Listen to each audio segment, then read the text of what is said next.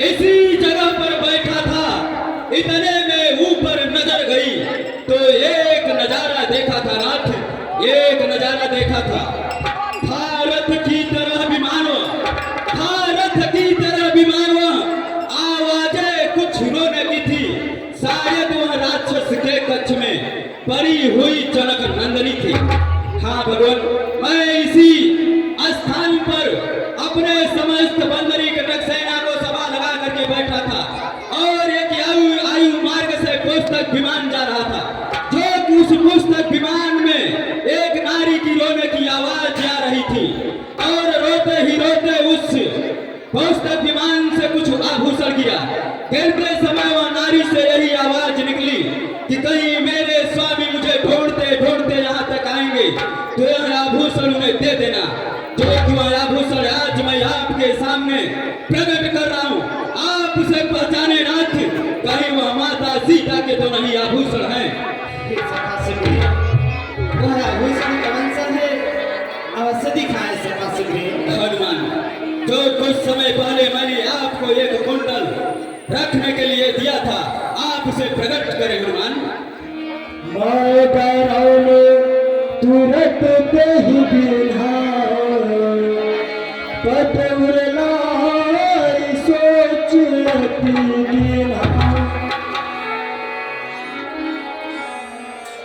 भाई, इसे पहचानो, यह कुंडल सीते का है, अन्यथा दूसरे का लक्षण। ये भैया, मैं तो भाभी के चरणों का सेवक था, मैं ये कुंडल के बारे में क्या जानूं भैया? भाई, मैं इस कुंडल को पहचाना है मनु जी। यह कुंडल तो सीते का ही है अनु जी।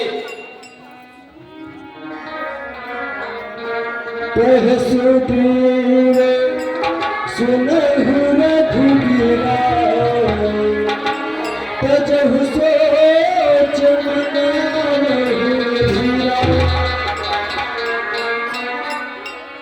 आप धैर्य को धारण करें और सोच को त्याग दीजिए नाथ, त्याग दीजिए। सब प्रकार करी हम सेवकाई,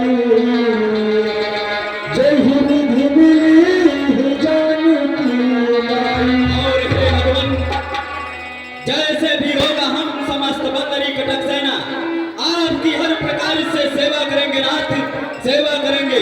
जैसे भी होगा, छल से, बल से, कपट से, चोरी से, मक्कारी से, मैं आपको माता सीता से अवश्य मिलवाऊंगा नाथ, अवश्य मिलवाऊंगा। हरि सखा वचन सुन हर से कृपा सिंधु बलसी, कारण कवने कसहुआ वही कहा सुजुए। सखा सुग्रीव, कहे नाथ, मैं यह देख रहा हूँ जब से हम दोनों भाई आपके पास आए हुए हैं, आपके भी चेहरे पे एकदम उदासी हुई छाई है। इस उदासी का कारण क्या है सखा सुग्रीव? ये प्रभु, मैं किस कारण बस इस मुख पर्वत पर रहता हूँ। यदि आज आप मित्र होने के नाते हमसे पूछ रहे हैं तो मैं अपनी दुख भरी कहानी आपके सामने प्रकट कर रहा हूँ नाथ। मैं दो भाई रही कछुबर जाई। भगवान, मैं अकेले नहीं, मैं दो भाई हूँ। एक मैं, एक मेरा बड़ा भाई बाली। हम दोनों भाई भाई हैं और हम दोनों में इतनी बड़ी गहरी प्रेम थी, इतनी बड़ी मित्रता थी भाई भाई में कि आज के जमाने में उतना किसी से नहीं होगा जितना हमारे और हमारे बड़े भाई बाली में स्नेह और प्रेम था। परंतु भगवान, एक समय की बात थी, हम दोनों भाई अपने किष्किंधा नगरी में समस्त प्रजा प्रवासियों के समेत सभा लगा करके बैठे थे। अचानक एक मैदानों नाम का राक्षस हमारे किष्किंधा नगरी में आ पहुंचा और वह मेरे बड़े भाई बाली को गर्जना करने लगा कि अरे बाली, यदि तू किष्किंधा का वीर बनता है तो बाहर निकल और स्वयं मुझसे युद्ध कर। प्रभु, मेरे बड़े भाई इतने बड़े शक्तिशाली और बलवान थे उस राक्षस का गर्जना सहन नहीं करे और अपने गदा को उठाए और उस राक्षस से युद्ध करने के लिए निकल पड़े। प्रभु शिवरी, मैं भी अपने बड़े भाई बाली के साथ उनके पीछे पीछे निकल पड़ा। जब वह राक्षस हम दोनों भाई को एक साथ में देखा तो वह डर के मारे वहां से भाग निकला। भागते भागते जाकर के कुछ दूर पर एक गुफा में घुस गया। जब हम दोनों भाई उस गुफे के द्वार पर पहुंचे तो हमारे बड़े भाई बाली ने कहा कि ऐ सुग्रीव, आज मैं गुफे के अंदर घुस करके इस राक्षस का वध कर ही देता हूं, क्योंकि जब तक यह जीवित रहेगा प्रतिदिन आकर के गर्जना करता ही रहेगा युद्ध के लिए। इससे अच्छा तो यही होगा कि मैं आज इसका अंतिम दाह और संस्कार कर दूं। इतना करते हुए उन्होंने कहा कि मैं इस राक्षस का वध करने के लिए इस गुफा में जा रहा हूं, तुम एक पखवार तक मेरा इंतजार करना। यदि कहीं मैं एक पखवार में बाहर नहीं आ गया तो समझ लेना कि मेरा भाई बाली मारा गया। भगवान, मैं एक पखवार नहीं बल्कि दो पखवार उस गुफा के द्वार पर खड़े होकर के इंतजार किया, परंतु अचानक उस गुफा में से एक सफेद रक्त की धार निकली। जो कि सफेद रक्त की धार मेरे बड़े भाई बाली की भी थी और सफेद रक्त की धार उस राक्षस की भी थी। और मैं ये नहीं समझ पाया कि यह सफेद रक्त की धार राक्षस की है। मैंने तो यह समझ बैठा कि मेरे बड़े भाई बाली की सफेद रक्त की धार थी और यह धार मेरे बड़े भाई बाली की है। अवश्य वह राक्षस मेरे बड़े भाई बाली को मार दिया। मैं डरवश उस गुफे के द्वार पर एक बड़ा सा पत्थर का शिला उठा करके ढक दिया कि जिससे दोबारा वह राक्षस इस गुफा से बाहर न निकले। मैं रोते बिलखते हुए उदास होकर के किचकिंधा नगरी वापस आया। समस्त प्रजा प्रवासी किचकिंधा नगरी को सुना देख करके मुझे राजा बना दिए और राजा घोषित कर दिए। अब यहाँ की कहानी इसी जगह छोड़ो भगवान, अब मेरे भाई बाली की सुनो। जब मेरा भाई बाली उस राक्षस का वध करके उस गुफा तक पहुंचा, देखा तो गुफा के द्वार पर पत्थर का शिला रखा हुआ था। उसे ये नहीं पता था कि यह मेरा भाई डरवश रखा है, बल्कि वो अपने हृदय में यह सोच लिया कि कायर सुग्रीव मुझे मारने के लिए अथवा इस राक्षस से मरवाने के लिए इस पत्थर का शिला रख दिया। वो उस पत्थर के शिलों को हटा करके गुफा से बाहर निकले और अति क्रोधित आग बबूला होकर के किचकिंधा नगरी पहुंचे। वहां पहुंचे तो मुझे राजा बना देख करके अति क्रोधित हो गए भगवान। अति क्रोधित होते हुए मुझे लात मार करके राज सिंहासन से गिरा दिए और किचकिंधा नगरी से हमें खेद दिए नाथ वहां से भगा दिया गया। मेरे बड़े भाई बाली ने मेरे एक भी बात को नहीं सुना, बल्कि यहाँ तक कि मेरी पत्नी रूमा को भी उन्होंने छीन लिया। मैं उनसे युद्ध में से भाग करके इस ऋषमुख पर्वत पर आया हूँ, अपनी जान बचा करके रहता हूँ नाथ, क्योंकि मेरे बड़े भाई बाली को श्राप मिला है। वो इस ऋषमुख पर्वत पर नहीं आएगा, क्योंकि यदि वह ऋषमुख पर्वत पर यदि आ भी गया तो वह जल करके खाक हो जाएगा। इसी वजह से वह अभी तक यहाँ नहीं आया और मैं जीवित हूँ। मेरी दुख भरी कहानी यही है भगवान, यही है।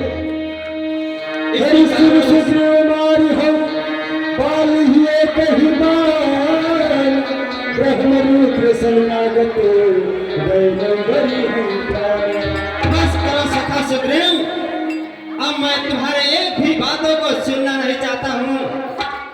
आज मैं तुमसे वादा करता हूँ कि शाम तक में उस बाली का वध करके तुम्हारा राजा पाठ और तुम्हारे बीवी बच्चों को सबको दिलाऊंगा। यह राम का वादा है सखा, यह राम का वादा है। आप हमारे बड़े भाई बाली को मारने की बात कर रहे हैं, शायद आप उसके बारे में नहीं जानते।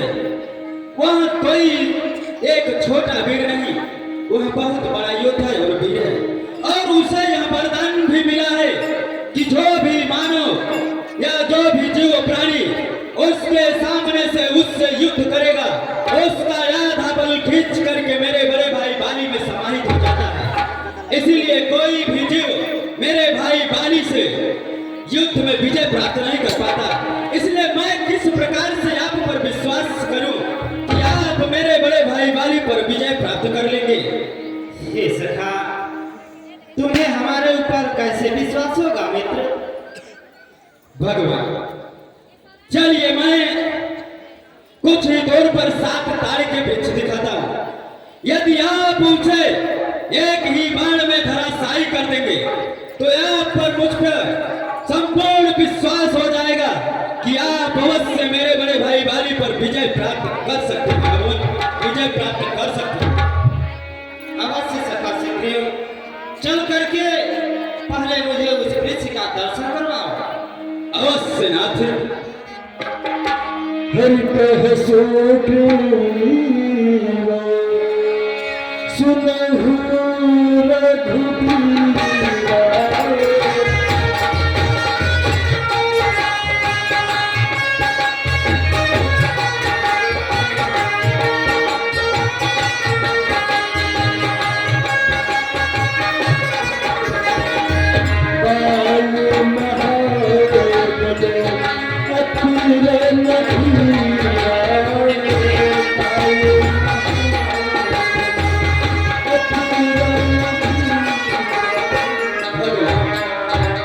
यही 7 तारीख के वृक्ष है जो कि आप यदि एक ही बाण में इसे ढहा देंगे तो आप पर मैं पूर्ण विश्वास कर सकता हूं कि आप मेरे बड़े भाई बाली पर विजय प्राप्त कर सकते हैं।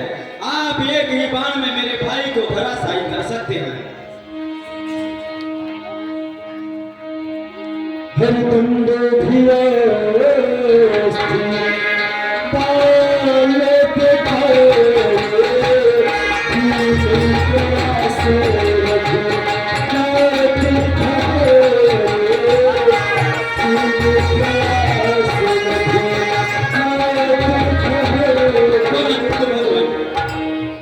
फिर भी मुझे कुछ संदेह हो रहा है कि आप किस प्रकार से अपने बाण को चलाएंगे। यदि आपका परछाई या आपका थोड़ा सा भी लुक उसके सामने पड़ेगा तो आपका आधा बल खींच करके उसमें समाहित हो जाएगा। फिर उसके आगे आपके अस्त्र शस्त्र काम नहीं करेंगे। भगवान, हे सखा सुग्रीव, आप किसी प्रकार की चिंता न करें। अब यहाँ से चल करके पंपापुर चल करके अपने भाई को युद्ध के ललकारो। वह तुमसे युद्ध करने के लिए इसी मैदान में आएगा।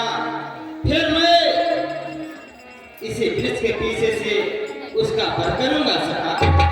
ठीक है भगवान, परंतु एक बात ध्यान रहे प्रभु, मैं आज आपके कहने पर अपने भाई वाली से मोल झगड़ा करने के लिए जा रहा हूँ। और मैं आपको ये बता दे रहा हूँ कि वहाँ इस समय मेरा भाई नहीं, वहाँ काल के समान है। यदि कहीं युद्ध भूमि में मुझे पा गया तो मुझे जीवित नहीं छोड़ेगा। भगवान, जीवित नहीं छोड़ेगा नाथ। हे सखा, तुम किसी प्रकार की चिंता न करो। तुम अपने मित्र पे भरोसा करो मित्र।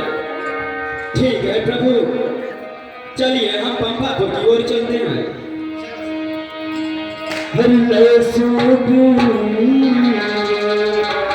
संगे रघुनाथ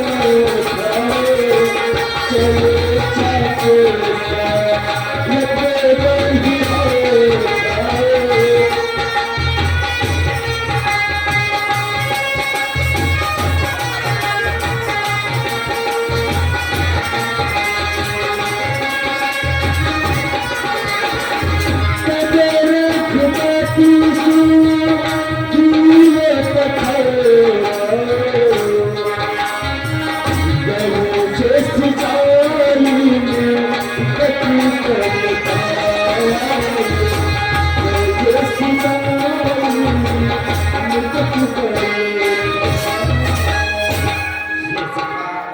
कहें भगवान, अब जाकर के अपने भाई को युद्ध के ललकारो।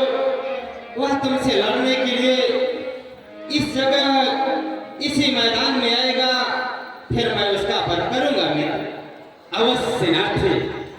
अब मैं अपने बड़े भाई बाली को युद्ध के लिए ललकार रहा हूँ। आप किसी वृक्ष के आड़ में जाकर के छुप जाए नाथ। छिप जाए भगवान। ठीक है सखा सुग्रीव। हर तबरे धुपति सो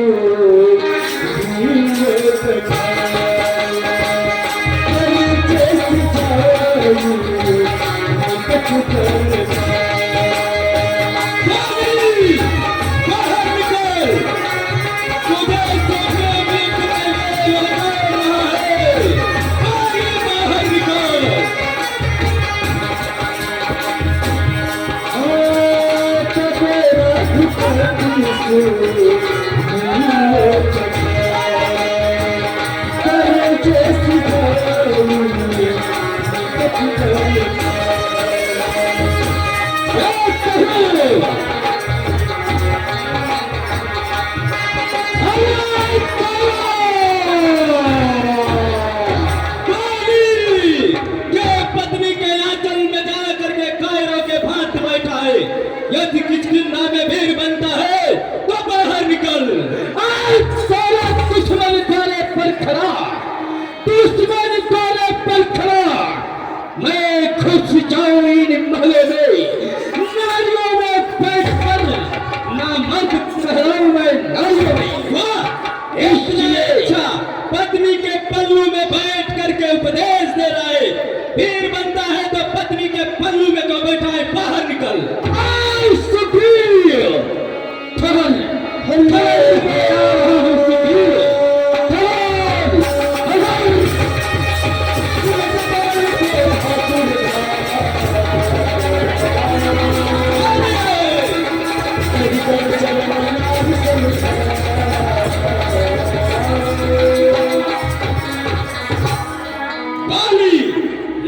आ गया, मैं कब से द्वारे पर खड़ा होकर के युद्ध के लिए ललकार रहा हूं और तुम घर से पत्नी के पल्लू में बैठा है।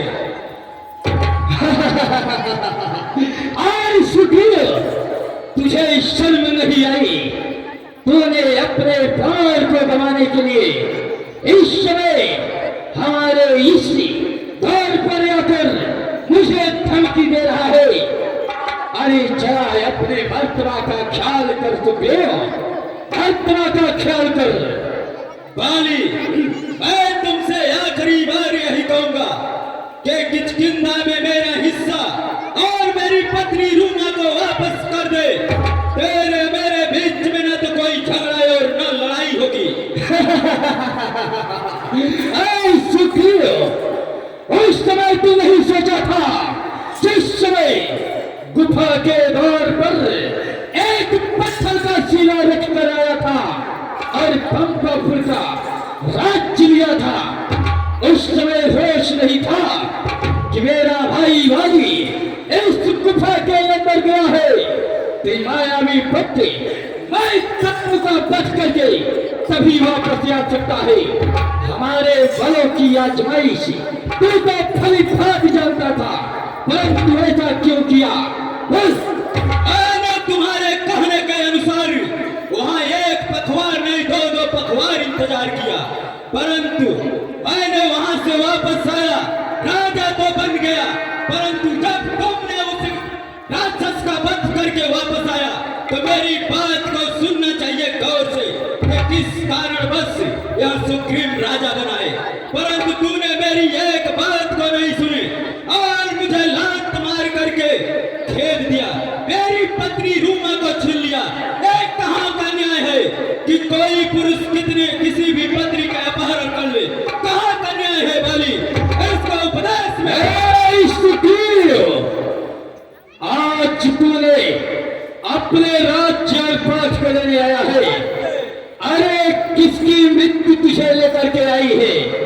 सुग्रीव, आज तो तेरी मृत्यु तुझे स्वयं लेकर आई है।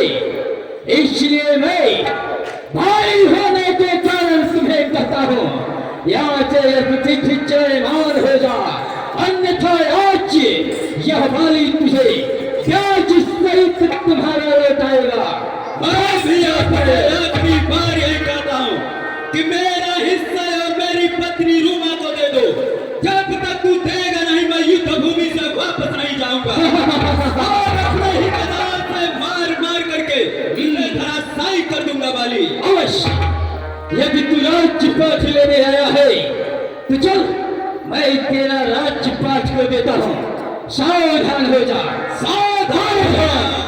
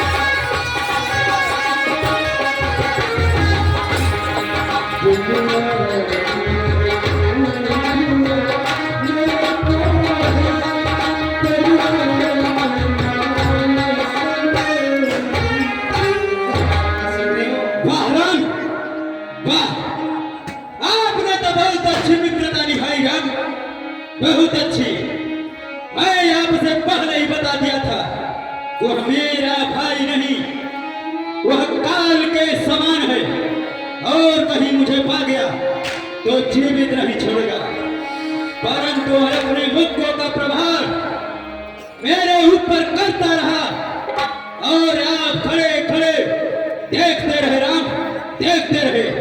आपने तो अच्छी मित्रता निभाई राम, अच्छी मित्रता, क्योंकि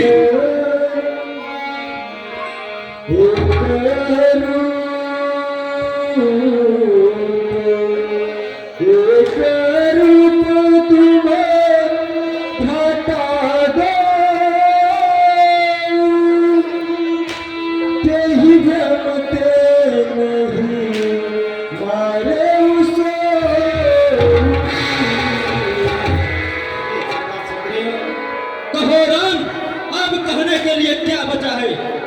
अपना वो भी उपदेश सुना डालो। हे मित्र, मैं देख रहा था खड़े खड़े दोनों का पैर निकलने दूं।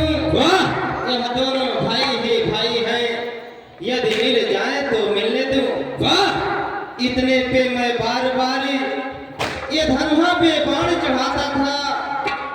तुम दोनों भाई एक रूप के थे, इससे भी धोखा खाता था। हे मित्र, मैं बाण इसलिए नहीं छोड़ा, तुम दोनों भाई एक ही रूप और एक ही शकल के दिखाई दे रहे थे। क्यों नहीं राम? मैं सोचा कहीं मेरा बाणी यदि जा करके पाली को नहीं मेरे सखा सुग्रीव को लग जाएगा तो फिर मैं क्या करूंगा मित्र। इस वजह से मैं धनुहा पर से बाण नहीं छोड़ा सका। तो फिर मैं क्या करूं राम, जो कि आपके कहने पर मैंने अपने भाई से और झगड़ा किया। अवश्य मित्र, मैं आपको उपाय अवश्य बताऊंगा।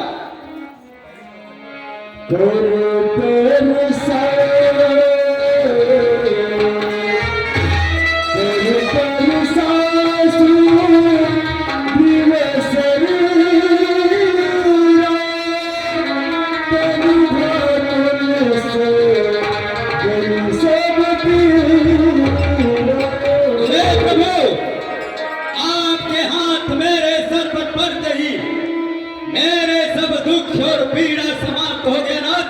अब क्या करना है प्रभु, आज्ञा प्रदान करे नाथ।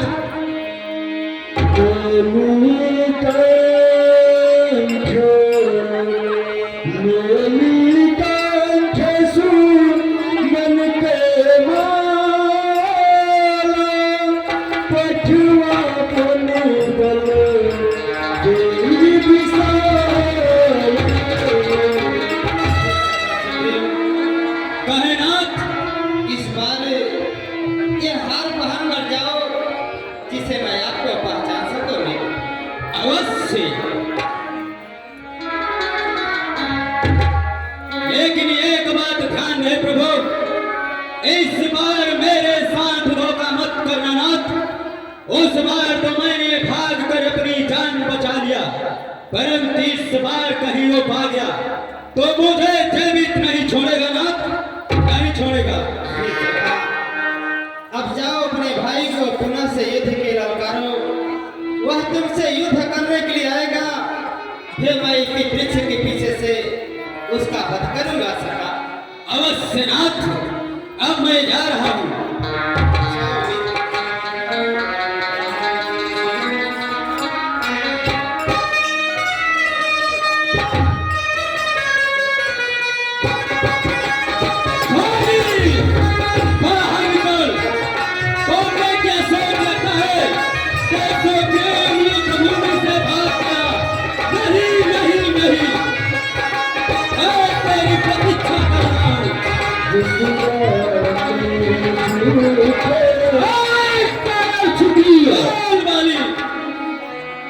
एक कंठ स्वर्ण का माला पहन करके आया है। शायद तुझे पता है कि जब बकरे का बलिदान दिया जाता है तो बकरे के गले में पुष्प का माला अवश्य पहनाया जाता है।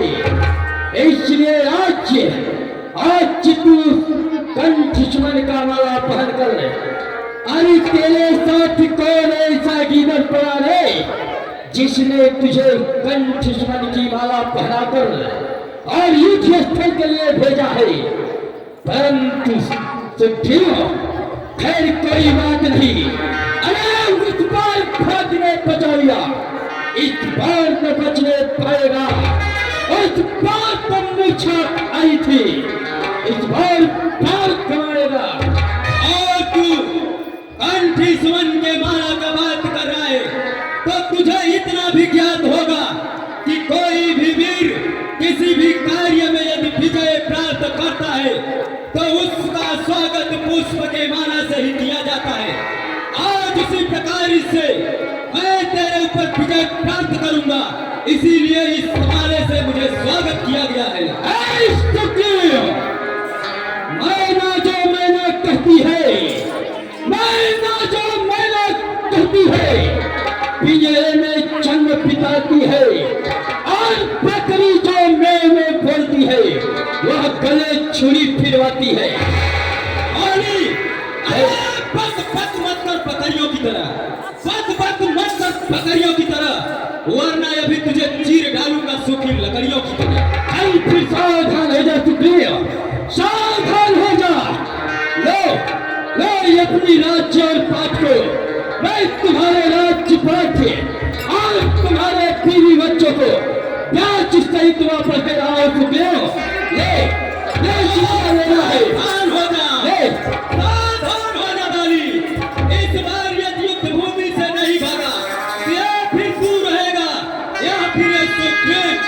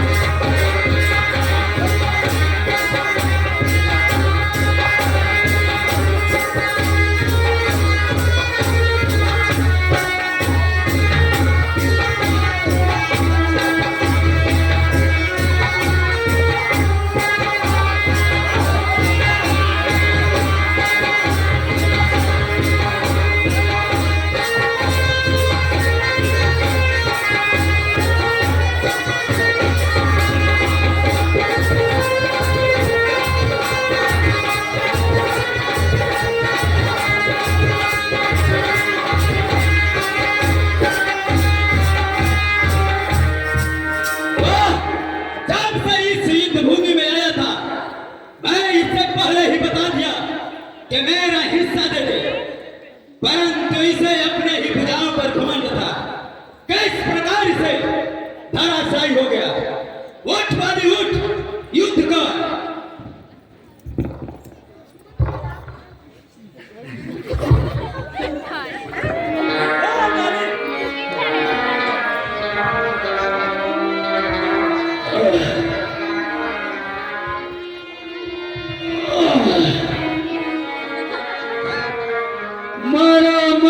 किसने मारा या किसका तीर करारा है? तका तका धोखा धोखा किस पीर ने मुझको मारा है?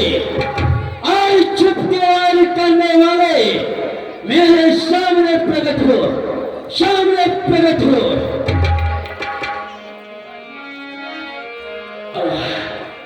मैंने ही तुम्हें यह बाण मारा है वाली।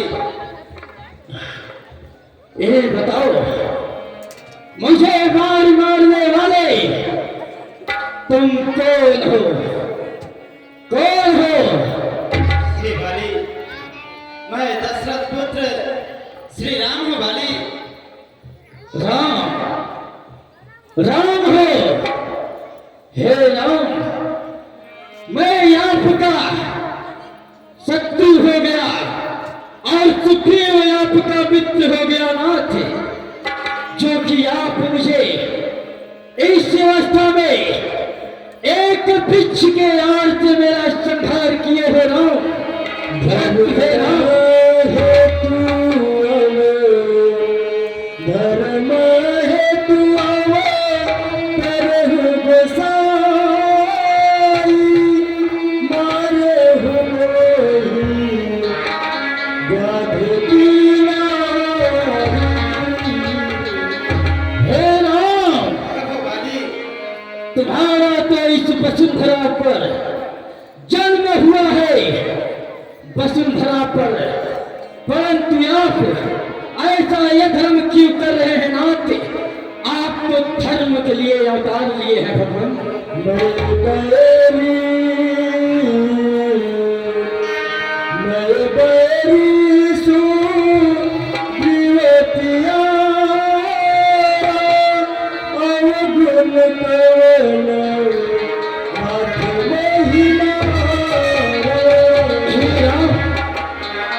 मैं आपका बैरी हो गया और यह कायर सुग्रीव आपका मित्र हो गया। मैं समझ रहा हूं जिस कारण के लिए आप मुझे इस वृक्ष के ओर से बाण मारे हो राम, वो सब कारण को मैं जान रहा हूं। हे राम, कहीं आप मुझसे मिले होते तो यज्ञ परीक्षा बाद में होता। पहले मैं आपकी पत्नी सीता को आपके चरणों में हाजिर कर देता। हे राम, जिस दुष्ट कायर ने तुम्हारी पत्नी सीता का अपहरण किया है, उस दुष्ट रावण को मैं 6 माह अपने कांख में दाब कर रखा हूं राम, अपने कांख में 6 माह दाब के रखा हूं राम। अनुज बधू भाई, अनुज बधू भाई, बिन सुत नारी, सुन सेठ कन्या, समय हे वाली, बोलो राम। तुमने बहुत बड़ा पाप किया है वाली। उत्तर दो राम, उत्तर दो।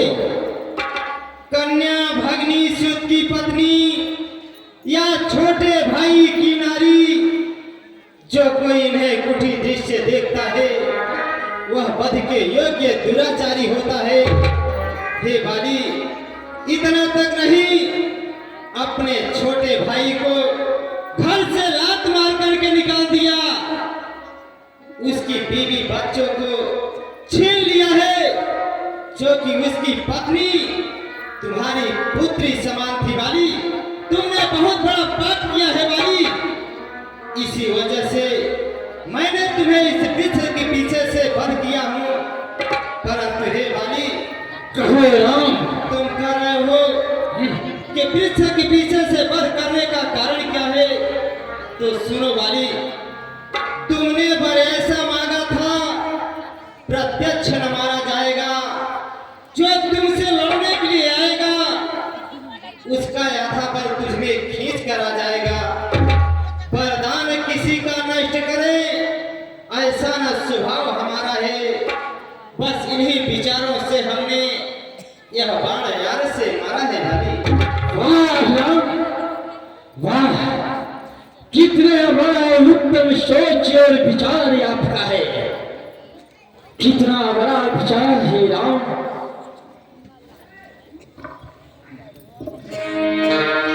परंतु राम, जन्म जन्म मुझे जगत कराही, अंतराम कह आवत नहीं। हे राम, पता नहीं कितने साधु मुनि महात्मा आपके नामों को जन्म जन्मांतर तक पूजा और पाठ करते हैं, परंतु मरते समय उनके मुंह से राम नाम नहीं निकलता राम। हे राम, एक मेरे जैसा पुत्र मेरा यंगद है, आप उसे अपने शरण में ले लीजिए नाथ, अपने शरण में ले लीजिए।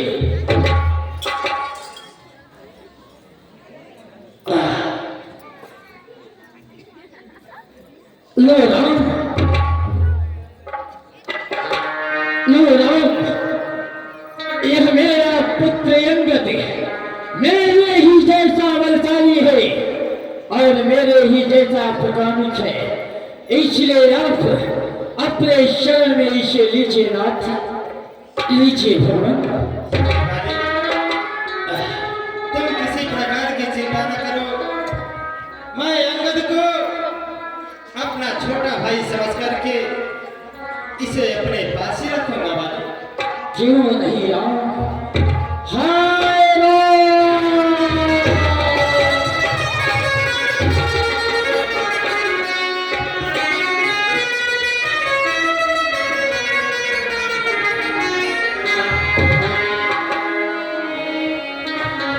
जहिया उड़ जाए सुगनमा,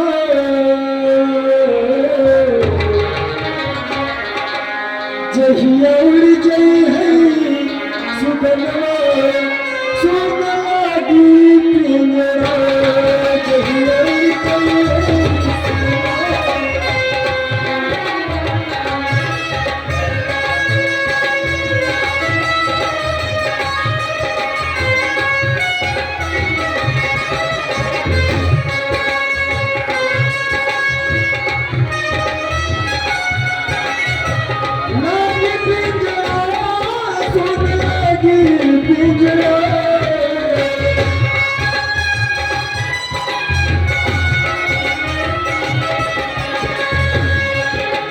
उड़ जाए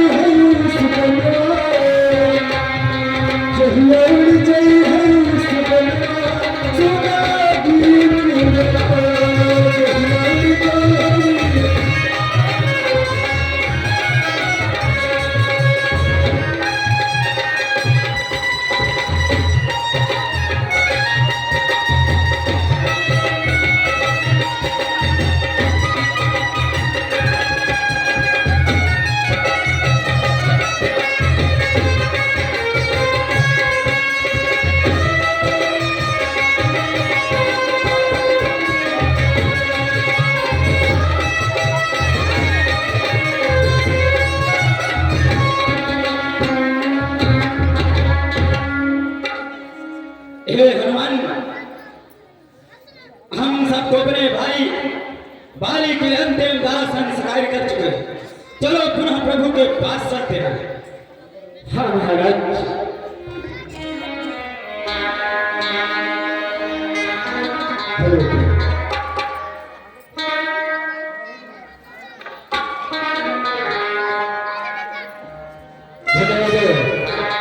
आप सभी के बीच में चल रही राम कथा मिला, जो कि आज 5वें दिवस की कथा भली भांति संपन्न हुआ। शेष 2 दिन का कार्यक्रम आप सभी के बीच में कल और परसों। कल होगा लंका पे चढ़ाई, चारों फाटक की लड़ाई, मेघनाथ लक्ष्मण घमासान युद्ध, वो लक्ष्मण शक्ति राम विलाप जैसी राम कथा ना मिला आप सभी के बीच में बड़े ही सुंदर अभिनय तरीके से दिखाया और दर्शाया जाएगा। तो आप समस्त ग्रामवासियों से आग्रह होगा कि कार्यक्रम आप समस्त ग्रामवासियों के सहयोग से रखाया गया है। जैसे अभी तक आप लोगों ने इस कार्यक्रम को सहयोग देकर इस कार्यक्रम को सफल बनाया, उसी प्रकार से शेष 2 दिन का कार्यक्रम बचा है, तो आप लोग अपना तन मन धन का सहयोग देकर इस कार्यक्रम को सफल बनाएंगे। धन्यवाद। जय श्री राम। कल का कार्यक्रम बड़ा ही सुंदर